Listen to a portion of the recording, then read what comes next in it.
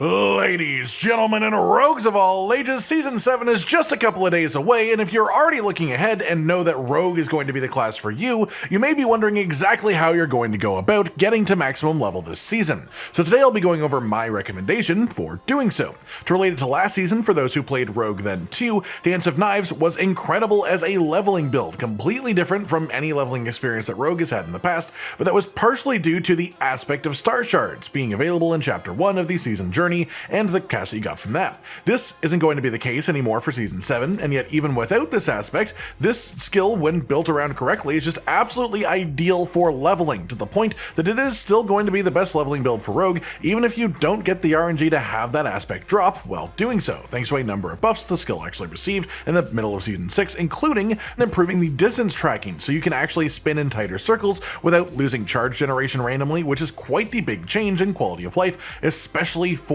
leveling. Then for Season 7, they simply boosted the Pierce chance on Disciplined Dance of Knives as well as a skill in general, which is a nice bonus as well. That said, looking ahead to Torment difficulty, it seems the real high potential cap for Rogue this season in Deep Endgame is going to be Twisting Blades, so for now as we look to do the leveling section of our journey, let's just have a bit of fun with something else and enjoy the pure speed and comfort of Dance of Knives. The main thing that makes this effective for leveling then is its ability to snapshot certain bonuses, as well as the fact that it gives you what are essentially offensive benefits from focusing on movement speed, as distance traveled generates charges, so the faster you move, the more consistently you can spin for high damage, and obviously movement speed is a very important part of leveling speed in the first place. So to achieve this, we push towards movement speed, and we build towards damage increases that we can have active at the start of Dance of Knives that will then stay active until Dance of Knives runs out. All that said, we will start with the skill points and the order that we put them in from the very beginning, then we'll look at the legendaries that I recommend while leveling, and any tempering that will help you while doing so too. Then the Runewords and Witchcraft Powers I'd recommend to use when you can,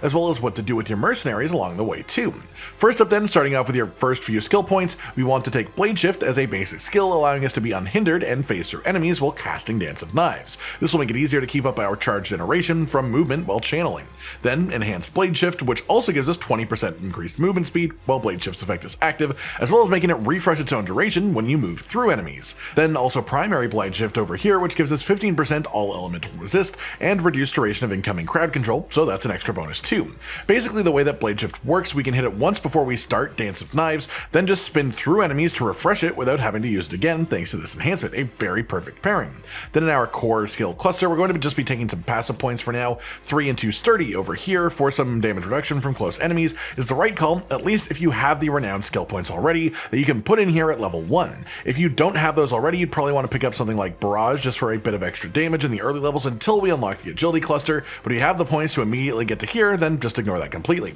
So your next 3 points should go into Dance of Knives for our main damage skill. It's an enhancement which generates extra charges for Dance of Knives as you move while channeling, and then Disciplined Dance of Knives, which slows enemies, and it will be giving the knives a 35% chance to pierce anything they hit in Season 7, up from the current tooltip here from Season 6, which is 20% chance. After that, we'll be grabbing Shadow Step as a movement tool as well, which will also give us bonus movement speed after we use it too, as well as clearing any crowd control off of us due to the Unstoppable. We grab the enhancement to make Shadow Step also apply Daze and Vulnerable on hit, and then Discipline Shadow Step over here to not only increase the damage of Shadow Step itself, but also make it just reduce its own cooldown by 3 seconds. So essentially, with this, Shadow Step just has a 6-second cooldown and applies a debuff to enemies for 3 seconds, so 50% uptime, which is honestly pretty good. It's more than enough for now at the very least. After that, we'll be taking the remaining 4 ranks on Dance of Knives itself for pure damage increase on our main skill, and then we'll be picking up Shadow Imbuement down here, as well as its enhancement for 15% increased crit chance against Shadow Imbued enemies, and then Blended Shadow Imbuement for more consistent vulnerable application within our setup too.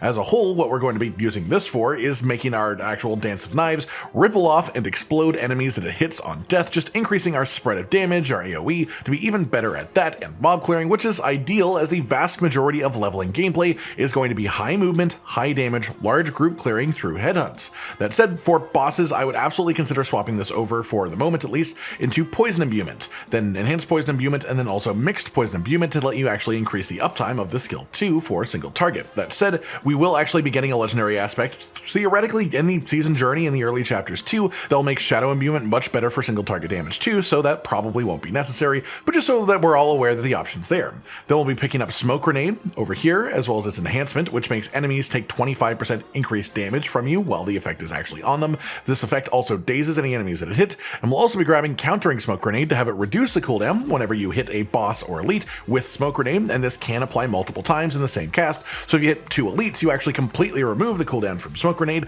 allowing you to hit it as often as you need to keep the main damage bonus active from this. We'll then be sticking 1 more point into shadow imbuement itself to increase the damage, and that will help us unlock our ultimate skill cluster over here, where we'll be investing into shadow clone as our ultimate. It's an enhancement which gives us stealth and also unstoppable for 5 seconds after activating the skill, and then supreme shadow clone to increase the portion of our damage that the shadow clone will actually copy. This skill in general has seen a lot of improvements this season, one of the main ones being that it now properly counts any changes to the skills from legendary aspects or your paragon, and things like that used to only affect player damage specifically, but now shadow clone counts as doing player damage. So while it was still useful last season, it is now properly even better this season too, even while leveling. Our next 3 points then will go directly into the weapon mastery passive over here, as this is effective whether you're using daggers or swords, and generally I recommend using the highest item level of either that you found while leveling for pure weapon damage increase, but if you have a choice between them, daggers are better right now, especially for this setup, and especially now that they have changed Dance of Knives to scale its damage with attack speed in the previous mid-season patch.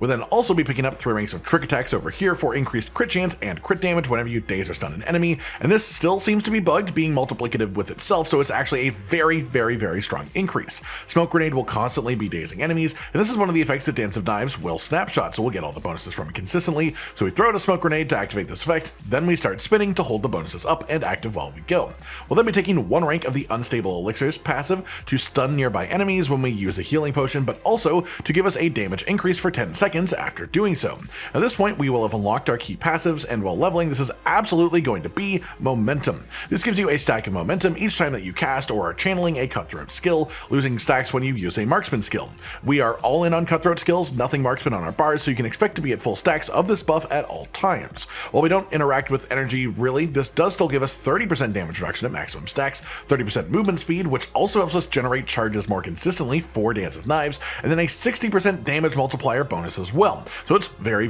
effective for our setup. After that, we'll be picking up the other 2 ranks of the Unstable Elixirs passive over here, just to increase the actual damage bonus that we get after drinking a potion. And at this point, I want to talk about Dark Shroud over in the concealment category. If you've played Rogue in recent seasons, you probably are well aware of what I'm about to talk about, which is the Dark Shroud skill. This will take 7 of your skill points to the fully kitted out leveling build, but the timing of when to spend these is entirely dependent on when you get your hands on the Umbrus legendary aspect, which just sort of creates Dark Shroud shadows for you automatically, and lets us use the skill without even having it active on our bar. Once you get that aspect, you want to put 5 points into Dark Shroud itself, as well as enhanced Dark Shroud for increased movement speed, proactive shadow, and a chance to not consume them, and then countering Dark Shroud for the bonus crit chance from that as well. We'll then also be picking up 3 ranks of the Impetus passive, which affects us mostly because cores and ultimates aren't that important to us, but once you activate the effect, it will also boost the damage of Dance of Knives specifically by 15% just as long as it stays active, and that is quite the solid boost for 3 points. We then head back and we'll be picking up 3 ranks of the Malice passive over here for increased damage to vulnerable and knockdown enemies, followed by 3 ranks of Exploit for increased damage to both healthy and injured enemies.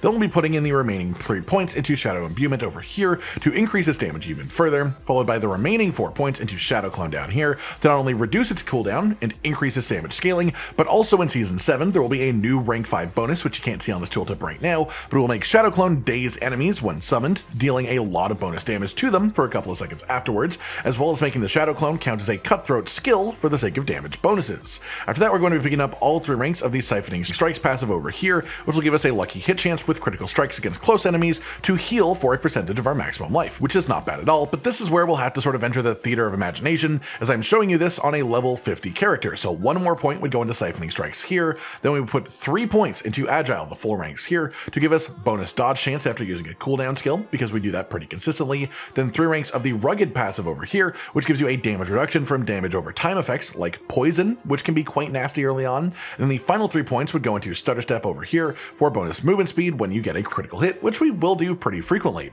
That does it for the skill points then, so what about the specialization? Well, none of them are particularly perfect for a Dance of Knives focused setup. The best, especially now, seems to be Preparation. once you can get it, as this resets all of our other cooldowns after activating Shadow Clone, including refilling the charges on Dance of Knives itself, and this lets us use the Shadow Clone itself to the best of its ability too for a massive burst window when we use it, and the damage reduction that we get from it from preparation isn't too bad either. That considered then, let's move on to gear and talk about legendary aspects. For Rogue, and especially this style of build, there are 4 slots that you can afford to have be legendary while you're leveling without losing too much from not changing them out frequently to new equipment that you find. These are the jewelry slots, which are standard for all classes, but then also the two-handed ranged weapon slot, as we aren't using ranged attacks at all, so having lower weapon damage won't affect us, and having a two-handed legendary aspect in that slot will actually do us a lot of good. That to say, we're going to be working around 4 expected aspect slots that you can keep with you consistently. I'll go through them from highest to least priority of aspects, and you want the highest priority one that you can have to be on your two-handed weapon,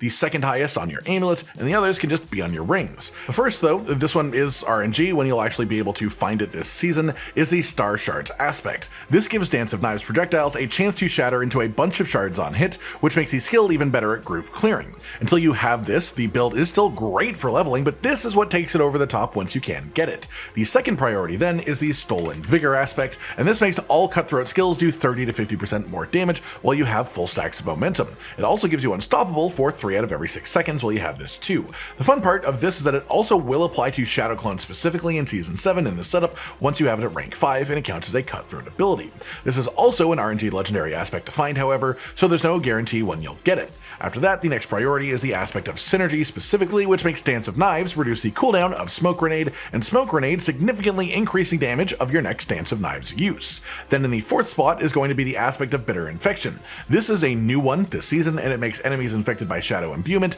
take a percentage of its damage each second, and increases the damage of Shadow Imbuement in general too. Given that this is a new aspect this season, it's pretty much guaranteed to be found in the early season journey caches, and it's also worth noting that because it's a new one, it won't be in the footage that I'm using in the background because that's Season 7, but this is a nice strong companion for the build that you should have pretty early on. Aside from that, there's the Clandestine aspect, which just gives bonus skill ranks to agility skills, which does of course include Dance of Knives, and then a couple of final recommendations if you just aren't finding the rest are the Vengeful aspect, which gives lucky hit chance to create an Arrow Storm on hit against an enemy, and also increases Arrow Storm damage in general, and then also the Arrow Storms aspect itself for essentially the same effect. These two are both grabbable from specific dungeons to go into the Codex if you aren't finding the others through RNG, but to reiterate, that was specifically in priority order, so you want to use the top 4 from that list that you can access. As well, just another reminder about the Umbrus aspect, which will enable our use of Dark Shroud once you put it on a defensive slot too, so you do sort of want to do that when you can, which will likely be done a bit closer to level 60 as you try to pile on more defense.